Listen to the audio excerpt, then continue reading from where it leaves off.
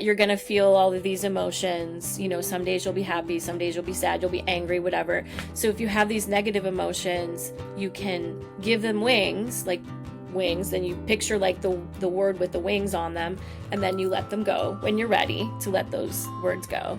And then choose something light or choose happiness. And then it talks about what kinds of things would make you happy. Do you like to play sports? Do you like to bake? You know, do you like to play baseball or cooking with mom?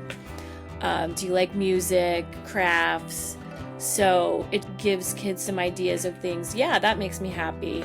And it's definitely a book that a parent would read to a child so that they can kind of have a conversation about it.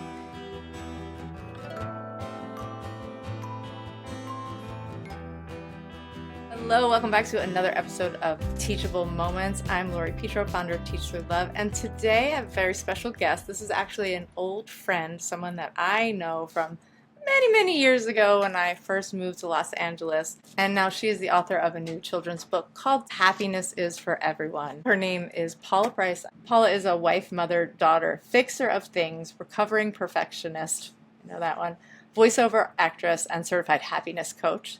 She received her bachelor's in communications and a business minor from Xavier University and has done everything from running a corporate video studio to producing her own films and now, of course, writing this wonderful book. Paula has learned to take everything in stride with a sense of humor and a fiery drive. Her goal is to help others find and use their own light to live their true purpose. Please help me welcome Paula. Oh, How are you? I'm good. How are you? Good, so nice to see you. Congratulations on your new book. Thank you. Except for it's backwards. There it is. No, it wasn't backwards to me. It wasn't? No. Okay, it's just backwards to me. Happiness Okay, is good. for everyone. I can see it.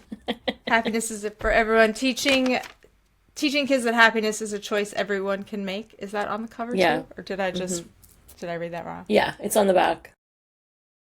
Well, everyone deserves. It's a choice everyone deserves, but A choice make everyone deserves. It's all the same. This is a follow-up to your adult book. Is that right? It is a follow-up to my adult book. Yes. Like, how did that book come about? So my adult book, I don't know, like, you know, everybody always says, "Oh, I'm going to write a book, I'm going to write a book," and then you don't. And for some reason, the adult book just, I mean, I literally wrote that book in like 2 months. Like, I don't know, I was just kind of called to, as I was learning stuff and figuring stuff out, I was just called to write it out. I just feel like, and I say it with all the crazy in the world and like the crazy energy, especially after COVID and all of that. I feel like people really needed to come back to like themselves and know that the choice is theirs. Like, and we have short lives. So it's like, if you can choose to be angry and mad, like, and yes, it would be unrealistic to think that you're never going to be angry, you're never going to be mad. But to take those things and use them more as learning experiences and things are happening for you and not to you, kind of a thing. I kind of felt, I mean, because while COVID, like even taking COVID, while COVID sucked, look at all the things that it did do. I mean, hey, we're doing this. This probably wouldn't have even happened, like the Zoom stuff, you know? Yes. And so, I mean, people being in the same room but not being in the same room. So, I mean, even though that whole process sucked, I mean, there's definitely good things that come out of even the worst crappy things. So I just kind of felt the calling to share that so people could choose better and realize that the power was really within them, not in somebody else, and you can't blame somebody else or other things. And then the kids book came about because, and I don't know if you knew, we had a kids pilot. It was called Ready Time Pals. I remember you promoting yeah, it. getting I remember being kids, on Facebook. And kids getting ready for everything. So I've always kind of delved a little bit in the kids stuff. So when I finished writing the adult book, each of my chapters in my adult book ends in a poem because I love writing poetry. So I kind of summarized each chapter with a poem at the end. And one of my first reviews before the book even came out, this lovely woman was like, "Her poetry is amazing. She should take those and write a children's book." So I was Just the like, spark that you needed. that's a great idea. So it's obviously not all the poems and not all the things because that would be a huge children's book. But I kind of reworked so it's one long poem, but the same ideas are in the kids' book. So, but just very short and condensed, form. So that's pretty much in a nutshell how everything sort of came to be. Was this idea of happiness something that you kind of had to learn because of what was going on in the world or in your life? Or was it something that you kind of always, like, was it instilled in your childhood and you brought it forth and realized its significance? Or was it something you actually had to No, learn and cultivate? I don't think anyone was really taught that. And I think that's why I did it. I mean, they don't teach that in schools for sure. So I think it's something, and kids, like, look at all the mental illness and, just the anxiety and stuff that kids have. And so I feel like it needs to be taught in school for sure. What makes you happy? You have to focus on that. And whatever that is, make time for that every day.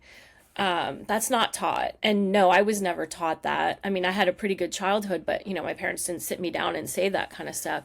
And I just, like I said, I think I was kind of discovering it myself. And I think the best teacher is you going through it and being able to reteach it to someone else. So, I love when you talk about it as being a choice. So it's not, happiness isn't this mood like, oh, let's be happy, let's find things that make us happy necessarily. But it's that you want to give kids ownership, and maybe adults through your book as well, but the ownership to actually take action. right. Exactly. Am I hearing that right in that way? Exactly. And, no matter how small that child is, that's when they really kind of learn and to just allow, creativity, and for parents, I mean, I guess it kind of goes along the same way that the parent sort of has to also choose it and see that happening in their child. Now, you wrote this when your kids were older. So were you doing some of these, like taking this initiative with your kids when they were little too? Or what does happiness mean to you even, maybe? Like, let's even start there. Like, how would you I think it's a describe it? feeling. So for me, happiness is the opposite of feeling miserable. And so, and that's why I feel like sometimes, even when you're having really awful things happen, like maybe you lost your house or it's really hard to choose happy when something of that gratitude happens to you, obviously. But I think it's being able to see past that and knowing that this is already this you can't change what's happening to you. Like it happened to you. You can't go back. You can't, oh, shoulda, coulda, woulda. So if it's already happening or it's happened, the best thing you can do is make the best of it. So I mean, I guess for me choosing happiness is about making the best of what you have all the time.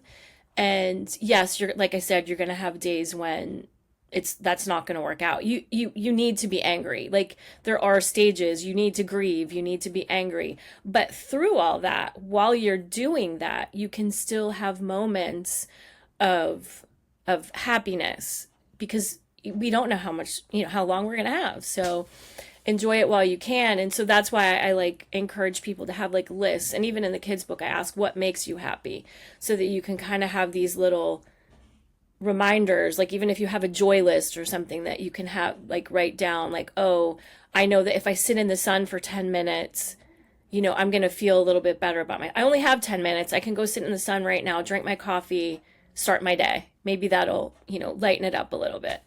Which is a choice as opposed to sitting on our phones, which death seems scrolling. to be, yes, Doom scrolling, not death scrolling. Yeah.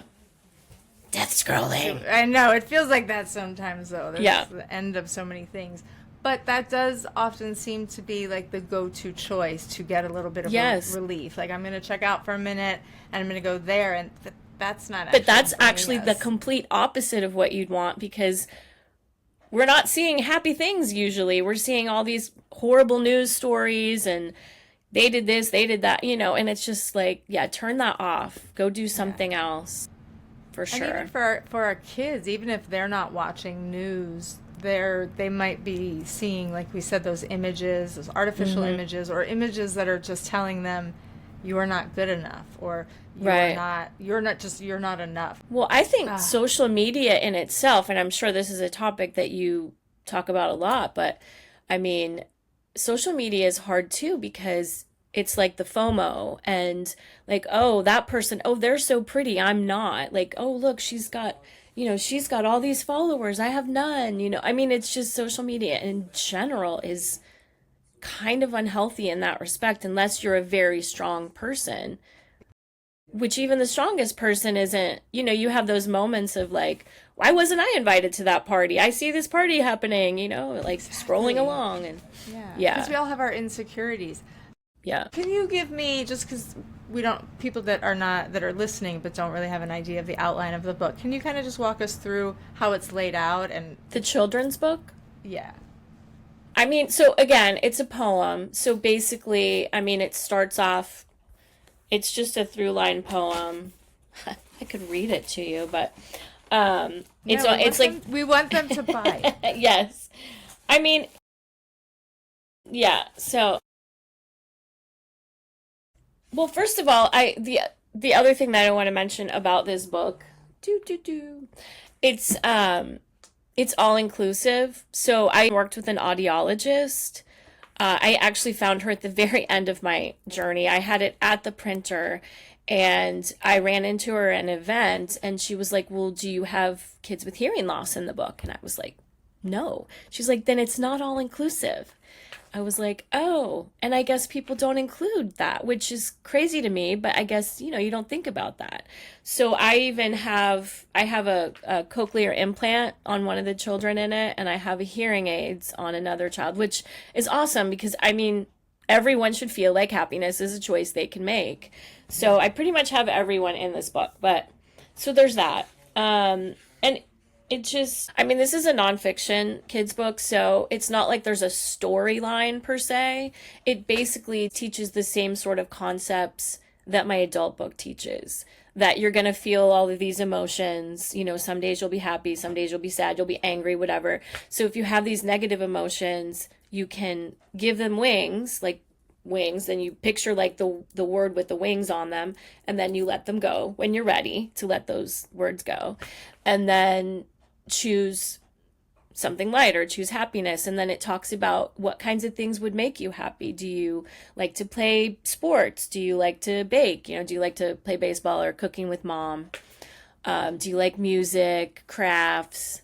So it just kind of gives kids some ideas of things. Yeah, that makes me happy. And it's definitely a book that a parent would read to a child so that they can kind of have a conversation about it. And then, then towards the end, it asks what happiness is. And then, are we always gonna, or is it always gonna, I mean, is it gonna be something that comes and goes? Are we always gonna have it? And yes, it's a choice. You can always have it if you choose it.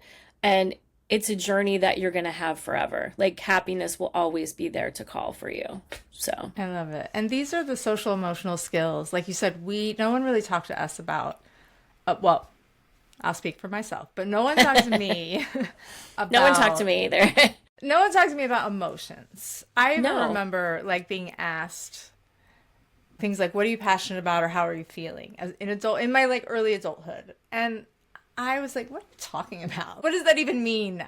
I laughed at those kinds of questions. And now I really want to, I mean, I love how we can start conversations with our kids, not to tell them, because it's not like saying this is what you should do to become happy. You should follow this kind of an idea, because maybe that's sort of what I grew up more with. Like this will make you happy if you do this, X, Y, and Z. Yes. And not anything about this social emotional development where you're really getting kids to reflect. Again, like I said, you're giving them the autonomy. You're not doing this kind of compliance based happiness that says if you do this then you will be happy. Right. There's not like a definite, oh, do these three things, you will be happy. No, because it's different for everyone. So you have to discover and find out your own thing. And I think, I mean, you're younger than me, I think, but I know, I mean, our parents were just taught different. Like we were to be seen and not heard. Like we didn't speak up, and I feel like thank God that changed. And so I think, yeah, like no one talked about emotions because that was kind of like no one talked about emotions back then. You just sucked it up. Like you had to suck it up. And I mean, man, I remember my grandmother's generation. I looked at pictures and I was like, she's never smiling. Why is she not smiling? You know? It's like they were taught not to smile or something. My daughter asked the same question. Why? Because we were going, when my dad passed away a couple of years ago, we pulled out all of the old pictures, and my dad's first generation. So a lot of these pictures were like of these immigrants that came here in like the 30s and the 40s. Yes. And they were just like every picture, everybody is just looks, and my daughter would ask, like, Mom, why is everybody looks Are so they not happy? What's miserable?" happening? Yeah. Yeah. And it's like, It's true. was that just how they thought pictures should be? Or was it that, life was kind of rough and maybe there just wasn't a whole lot that Yeah. they kind of really did look forward to in a lot of circumstances? Yeah, but it was definitely different. And so I feel like that generation raised, like my parents, and my parents were kind of in between. And then finally for us, I think we're finally able to kind of, I mean, if you think of all the things that we've been able to kind of release emotionally for us, and even women's health has, thank God, changed so much. And, So people much. talk to each other and we talk about things now, and talking about things is amazing.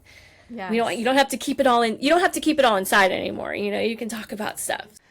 You talked about how important you thought this was for schools, and to bring it into schools. And I do too, this idea. Again, just helping kids reflect on what they're feeling. Well, it's not that we're prescribing happiness, it's that we're saying, Right. hey, you're helping them notice what they're feeling so that Yes. they can again make Yes. choices. Yes, So have you gotten this 100%. into schools, or how could we maybe help bridge that? Is it just as simple as like teachers purchasing the book and then being able to use it in their classrooms, or do you have any particular programs or anything that you have that go along with it? So I have an adult course and it's online.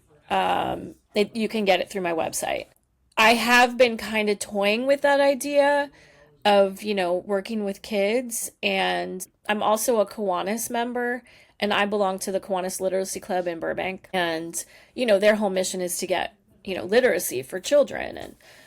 And that's also something that has kind of, with the phones and stuff, nobody reads. Like, it's really funny because even when I wrote my book, my adult book, my own children have not read my book.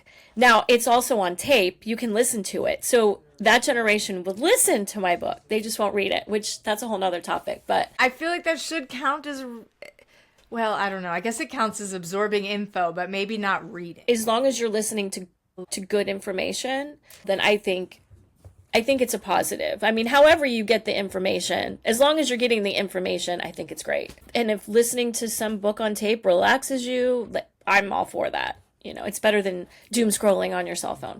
But yeah, so this book just came out in November, and I've had a bunch of, Can I tell everyone? I love that it was launched on World Kindness Day, which I did not know that was. I feel like I should have known that there was a World Kindness Day, and I did not. But I love that your and book was launched I had on a World Kindness I Day. had a really fun event at the Caton Children's Museum in Santa Monica, and I got to read the book to very little ones to a little bit older ones.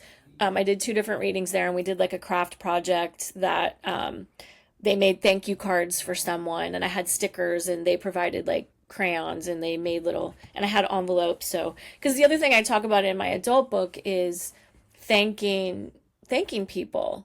Bread but- and happiness. Yeah, that's what I thought of when you were saying and that. gratitude and all that. So, and I do talk about that in the book, gratitude and all that, of course, and being thankful. So, I have another event coming up in January at Romans in Pasadena, where I'm going to do the same thing. I'm going to read the book and sign, do author signing, but I'll also do like a little craft for the kids too.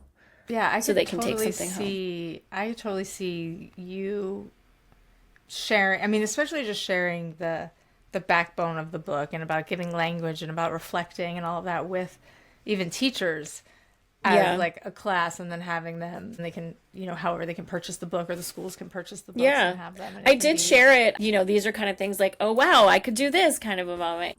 Oh, I'm also a happiness coach, which is funny because I didn't officially get certified to be a happiness coach until I'd already written the book. I What is wrote a the book. happiness coach? Is that, can you It's a actually get life coach. certified in? Yes, I have a certification.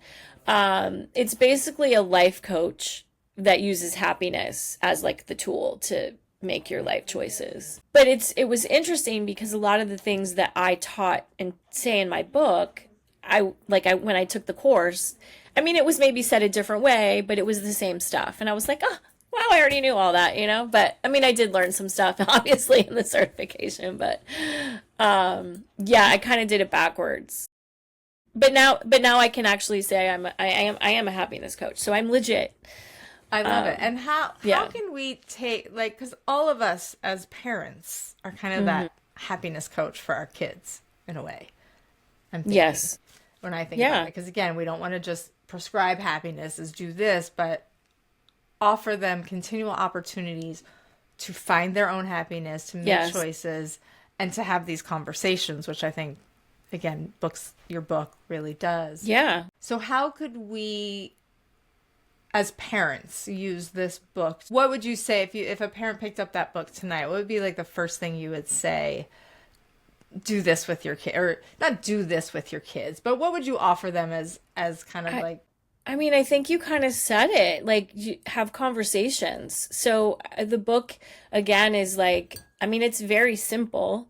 It's very simple ideas. We all know these ideas. We just don't think about them or remember them right away. I would say, read it to your children and just have questions or teachable moments during the book. And I mean, as a parent in general, I mean, hopefully this would be like an inspiration for you to, because, my kids grew up in the industry. I saw so many kids that did not want to be doing it, but their parents wanted them to be doing it. And so a part of my mission, even when I wrote my adult book, was to make adults happy and have them choose happy choices so that their kids could choose their own happy choices. oh, right, and they wouldn't be living through their children? Exactly. And so I think the first lesson, actually, now that I'm thinking about it, to teach adults is to learn to do it yourself first. Because if you can't choose happiness for yourself, you're not going to be able to teach somebody else to choose it. And I love that you included poetry in that because And it's an interactive book too. Yeah, and the poetry part is kind of cool because I have a whole chapter about creativity in it too, and like that yeah, you need that's a great outlet. tell me about that because I feel like creativity. I had a mom who said, "I'm not creative. I'm just not creative." So I'm wondering if Mm, there's a link between, because she always used to say to me, "Oh, you're just so creative. I'm just not creative. I just can't do that." But she yes. was also I mean, she was also in a situation that would make anybody unhappy. But Yeah. again, maybe if she loved to tap dance, did it for a bit, and then didn't, kind of quit. But there were all these creative outlets that she didn't explore. And now I'm just thinking, Mm. like, do you think there's this big link between creativity and happiness? I do actually. I think that's creativity is what makes us human. So if you're denying yourself any kind of creative outlet, you're denying yourself what makes us human. I mean, we talked about it. That's the difference between AI and humans. AI is like programmed. So yeah, it's creative, but it's only creative because it was programmed by the humans that created it, basically.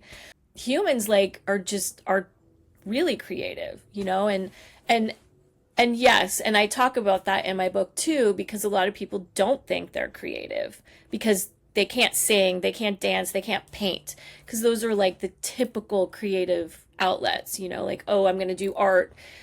And there's two thoughts to that. One, who cares if you're awful at it? If you enjoy it, it shouldn't matter. So if I like to paint and I'm horrible at it, the act of painting really does I mean, dancing, what singing, whatever it is, it gets your emotions out. It lets your emotions flow through your body. It's kind of like magical endorphins like going through your body, I think.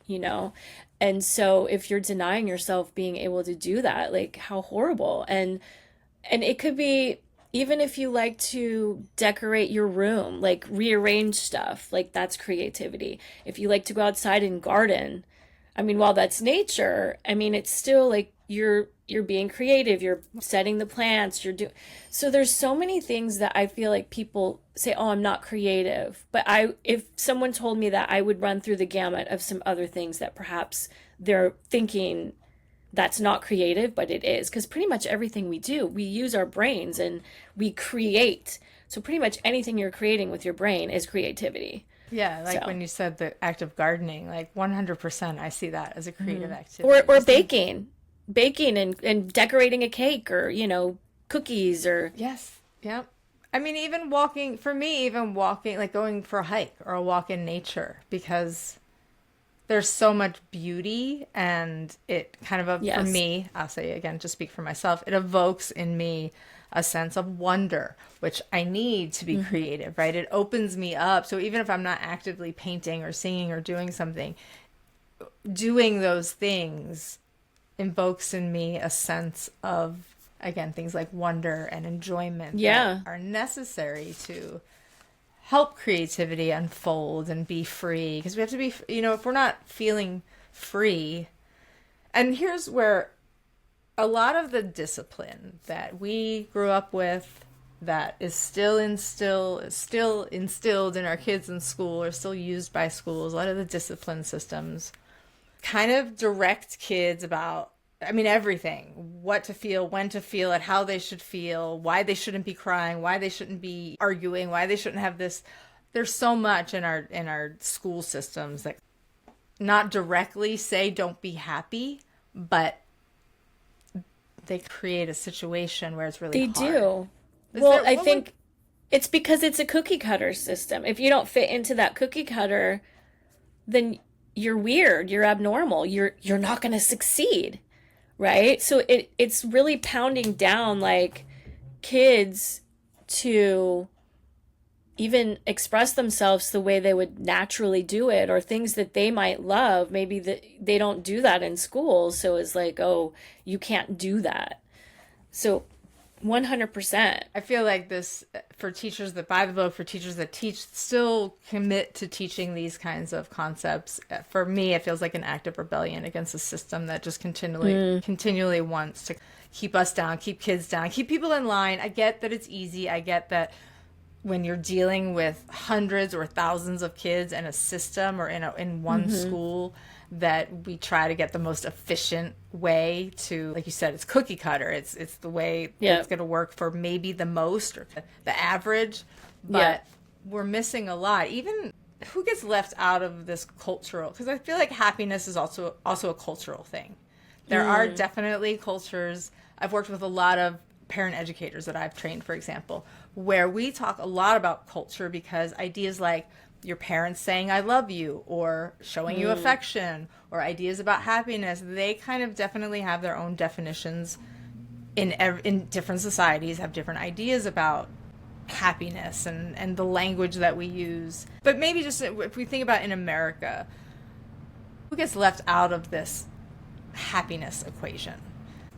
I mean, I think kids that struggle, so maybe lower income, because also maybe they don't even have the funds to do the things, like maybe they love sports but they can't play it, because their parents are working five jobs, and that's a whole other situation. Yeah, it is. I was just, I think that I Where just want actually to the be schools sensitive too. Right. Well, the schools at that point, if they were better built for actual students, because they're not built for students, I think that when you would have a low income child or someone that didn't have the resources, the school could sort of bridge that gap. I thought of something else with schools, and some teachers would do this, but we talked about nature, and one of the great things would be, because the classroom itself, like I just read something where they were saying the classrooms are like painted like prisons, and the way people are sitting, it's like a prison. So it's again the indoctrination of teaching kids like, this is what you do, and take them outside, sit outside, have an outdoor classroom, like just the environment of being outdoors. And I just think there's so many things you can do, and I'm sure and look, even with the system as crappy as it is, there's so many amazing teachers out there. Like, shout out to the teachers that do go above and beyond, and that make it work with that kind of weave through the system, that kind of manipulate the system so they can be a good teacher. That's hard shit. Like, let's be like, it's hard. 100%. So, I mean, I think what I would love to do, and I actually had this conversation, I started talking about the fact I'm in Kiwanis, and we were talking about me possibly doing workshops and stuff. I would love to do, because originally when I had my adult book, I wanted to work with parents of kids in the industry so that they could have their own happy, so that they didn't have to spill it over onto their child. But also look, if kids see you doing your own thing and being happy, that's a good lesson for them just by you doing you, like if you actually find your own, like if you have a creative outlet, or you journal every morning and you journal every night, and your kid sees you doing these things, it instills that in them. So there's that. But then when I came out with my kids book, what I would love to do is teach the parents and kids together and let them sort of like bounce off each other. Yeah, because we really don't have this comfortability with talking about these kinds of things. Right. Well, because I think we don't talk about them because nobody talked to them to us. And so it's kind of like it's a shot in the dark, right? It's a complete shot in the dark. Yeah, that helps, again, develop our ability to even have conversations, because we don't have practice. We don't have the language for any of that, I feel like. And that's why I love books like yours, because it really does. And also the illustrations, I loved when you were holding them up. The way you were saying it, the poem aspect of it, the illustrations also lend to the story that's not written, right? Giving us information that's left unsaid, but is still important to be included. Even like when you were saying being inclusive in the kinds of characters that you include. And yeah, I think she did a really fantastic job in creating and bringing all everything to life. It's beautiful. I love the emotion. I love all of that. I wanted to ask you about you. In your bio, you call yourself a recovering perfectionist. Perfectionist. I'm still recovering, girl. Yes, I am very type A. I think I remember that about you now. Mm-hmm. I'm still type A. I'm not gonna lie. But I'm get stuff done, right? That part of you, that type A part of you, can fuel things like writing books and getting stuff out there. And I'm an overachiever, and I feel like if I don't accomplish like blah blah blah blah blah, I'm going to explode or something. But I realize that is not something that you should sustain. So and yeah, it's funny because you were saying something earlier, and I'm like, about schools and stuff, and I was a good girl. I was like, you tell me the rules, I'm going to follow them, and I'm going to follow them the best way I could ever follow them. And then, I think COVID changed a lot of that. I realized, who's making these rules? Because maybe they're not really meant for me. And so a lot of this stuff changed. And, when I was writing the book and, self-discovery and all that. And so, yeah, that's where the recovering perfectionist, because nobody's perfect. I shouldn't have to feel like I need to be. It's a work in progress. So I am still recovering from that syndrome of perfectionism. That you're aware of it, though, and how it's again like balance in that. Yeah, like you. And I catch myself. To fuel things. Right. You catch yourself, and then you're like, oh, I don't need to do that. I don't need to be that. It's all good, But that's what I teach too: is you can't fix it if you don't know it. So once you realize whatever it is, then you can fix it, and you can live with it, and you can blossom it into something much prettier, Yeah, it's bringing you closer to your to authenticity. Exactly. Is how I see it. Like that perfectionism is like this fear coming in from whatever our stories are. But it's good too, because we have standards and we have goals that we want. But I love the awareness, because that awareness can lead to the authenticity, which leads to this natural happiness coming out, right? This contentedness, and not something that we have to search for. So. Yeah, and the real you. And guess what? The real you is perfect enough. It doesn't have to be something like cookie cutter that we were taught in schools. Yeah, exactly. Which leads us back to the cookie cutter thing being a problem, because we all think we have to be like a certain thing. So, We're all trying to mold ourselves into what we think people want to see, or other, whoever we're trying to get in the good graces with, whether it's our parents or teachers or bosses or peers, whatever it might be. Molding ourselves to kind of fit in those exactly. ideas is never going to get us what we want. The emotions of everything. So, yeah.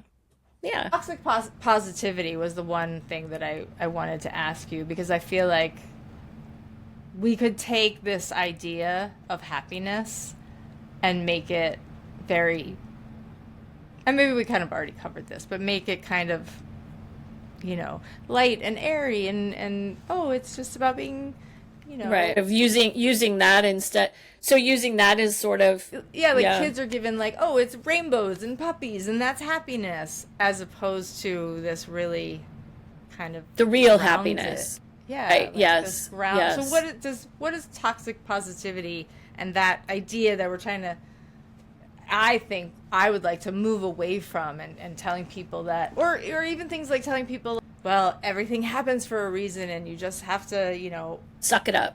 Yeah. What is your kind of take on yeah, that? and that's interesting because I think there's a really fine line really kind of in there because, because I do teach it is your choice. But in that same sentence, you do have to feel every emotion that you feel. And once you're ready to, so it's like a two-prong thing. So you need to feel every emotion. Every day is not going to be rainbows and sunshine. So, and if that's what you think happiness is, you're probably never going to really have it, first of all, because our life is full of yin and yang.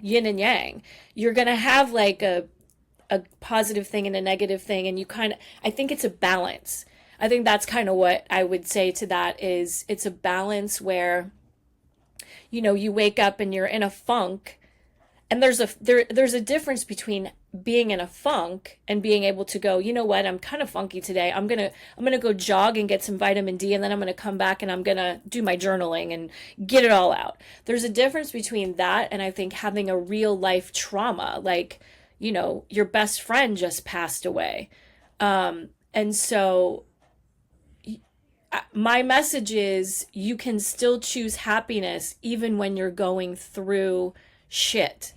And by choosing happiness, I mean that you take at least 10 minutes a day and do something for yourself to realign your spirit. That doesn't mean that you're not feeling grief, anger, crappiness. It means that you're taking 10 minutes of your day. I mean, hopefully you can take longer than 10 minutes, but I know sometimes, especially with being a parent or we have this career and we're trying to juggle all these things, to be introspective, to know that you can take at least 10 minutes of your day to dedicate it to making yourself feel better, whatever, so, and that to me, that's what happiness is choosing joy in light of the crap. And a good example of that I always, because I had a guy come up to me at an event I just did, and my book is called Happiness is for Everyone, and it was sitting there. And he came right up to me and he was like, yeah, that's not for everyone. Happiness isn't. And I was like, it actually is. And he's like, nah, and he was this curmudgeon-y guy or whatever, and he just kind of left. And obviously I was never going to get through to him at that moment anyway, so I was just like, God bless you, but it is a choice. And I was gonna say what I wrote in my adult book, and that's did you ever see the movie Life is Beautiful? Mm-hmm. With Roberto Benigni? I think that's how you say his name. Yeah. And here he is in a concentration camp, but he is making the most of it and teaching his child. So the kid thinks it's a game. He doesn't even know that they're in this horrible, awful place. And so that's what I'm saying, is that you can live shitty and have all this crap, but still choose to have some light moments, because what's the choice? You got to go through the shit. You're going through the shit. You can't change that you're going through shit, but you can change how you react to the shit and how you get through the shit. So, I mean, that's kind of my message, is that we do have the power to make the best of every moment. And yes, I'm not saying don't feel grief, don't feel shitty, because because that'll cause a whole nother set of problems if you're like toxically happy, looking for those rainbows and sunshine out there. And there are people out there that's even people pleasers. Like I'm gonna maintain this level of I'm gonna make sure everybody's happy, and then and you're not being true to yourself or anybody else at that point. So it's kind of like it's finding the balance in life. But I think the main key is to allow yourself, because we don't give ourselves time for ourselves. So I think the big key is give yourself, I always say like morning rituals. Morning rituals are really good if you can, as an adult. I mean, and teaching your kids morning rituals, you get up and you have like, maybe you get up and drink a glass of water, do some sort of exercise, whether it's 5 minutes of yoga, qigong, something, and then grab a little something to eat or take it with you and start your day. Or if you can journal or meditate or pray, whatever that is, I mean, have these like little morning rituals so that you're not running out the door in a rush like a crazy loon, because that starts your day off and then you're in this chaos zone all day long. But if you can start it grounded and like do these little happy things in the beginning, it'll make your day a little bit easier to get through. 100%. And I know that sounds like, oh, it's something I could skip, or that won't really make a difference. And when I was teaching at that school, if I missed my morning meditation, I felt it when I got to school. I was less grounded. I love foundational rituals, morning rituals like that, and I love them for kids. And when they're little, we can do it with them, but letting them even choose and have their own rituals that they do on their own, I think is so important. Helping them discover for themselves what helps them feel grounded, what helps them feel safe before they go to school, or feel good before they go to a competition, or something that they have, rehearsal that they have, or whatever it might be, a social situation. All of those. I love all of this because, again, it really is, for me, it's rebelling against all the systems that we kind of grew up with, and all the things that we were told would bring us happiness and never really did. They were never even part of the equation. And now you're getting to share with everybody these wonderful ideas of how we really can set our kids up for a different kind of happiness in the future. Yes, 100%. Thank you so much for coming on for the Thanks holidays for inviting me. Rush. No, I'm so glad. I'm so excited. It was really like the perfect kind of timing, and with everything that, like I said, I had been going through in the last couple of years, to see that book on there, I was like, oh, I want to know more about this. I was so excited to see that. I'm so happy for you. Congratulations. I could talk to you for like hours, girl. Like we could talk about this stuff forever. We come up with some more topics and do it again. If you want, I'm ready for it. I'm here whenever you want. Let's keep the conversation open. I love going back, especially because just like connecting with you again was just such a reach back into like time that where I really was, even though I was young and I was learning a lot, and I was coming out of a really toxic, childhood situation, and in my early 20s learning a lot, but I was excited to see you come up on my feed. To continue the conversation, yes. Yeah, to see you come up on there and kind of reach back and connect and see what you were doing after all these years, because... Well, I'm glad you reached out. It was fun. Awesome. What are your plans for the book right now? Are you doing more podcast tours? Are you doing any more? You told me about the 2 events that you're doing. So if you guys are in California, if you're in Southern California, if you're in like the Los Angeles area. So the Kiwanis thing I'm doing, I feel like it's just for Kiwanis members. I'm doing a workshop, and I'm doing that at the end of January. I'm doing a workshop that basically, but join Kiwanis and you can come. But it's and where can we find you too? Okay, so my website is anchorheartbooks.com. Pretty much all my information is on there. Links to my books, my course is on there.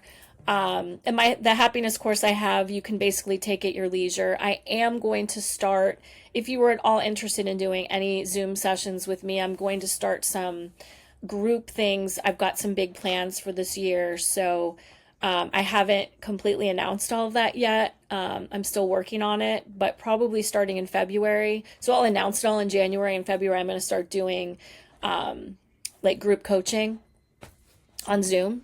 Okay. And awesome. Right now I have a free group on Facebook. It's called Your Quest for Happiness. And if you you can search it out and I can let you in the community. Yeah, I mean, it's just kind of fun. I give journal prompts. I try to do it every day. Right now, I was doing like I do gratitude challenges sometimes in there. And so, but I'll usually give like an affirmation of the day and a journal prompt. So Yeah, people love that. If people yeah. love to connect with authors and with Yeah, and people are more than welcome also. their coaches. Yeah, and they can also, I mean, I have a couple people that do post their own stuff in there too, like just happiness like quotes or something. I'm all for that. I just wanted people to be able to kind of interact with each other and spread happiness. So have a place to exactly. Spread yeah, happiness, totally. have a place to reach you. I love that. Yeah. And so there's that. But if you sign up for my newsletter on my website, you'll get all that information. And then my children's, I'm doing a reading at Vroman's bookstore on the 21st of January. That's the only one I know of right now for sure. And I'm trying to do some local library stuff too. So if you sign up for my newsletter, you'll get all that information as it comes out. I'm taking a little break for the next like 2 weeks, and everybody's the last couple weeks gonna shut down, and the last 2 weeks were really crazy. I had a lot of events, and I was doing all this stuff, and I like my brain is just like, oh my gosh, I need to decompress now. Yeah, so. you need the shutdown at the end of I'm the like year. I'm shutting down for 2 weeks, and my social media won't be as active. So awesome. Well, that's why I was glad I could catch you before the holiday, because all such good, amazing lessons. Paula Price, thank you so much for coming on. Thanks for having me. All the links will be down below. You can see them. You can go grab her book, visit her website, sign up, attend her events if you're in Los Angeles area. But otherwise, we can get on your newsletter. I think I signed up as well when Yes, I did. I signed up. Yeah, and actually, I got a download. Sometimes I am in other places. Like I was just up in San Francisco, so sign up wherever you are because I might be nearby. You never know. The book tour continues. Congratulations on all of your success and all of your books. I can't wait to see, and I can't wait to have more conversations with you. But I can't wait to see where this goes. Yes, definitely. Awesome. Thank you so much, everybody. Please remember to like and subscribe. Until next time, remember, conscious, not perfect.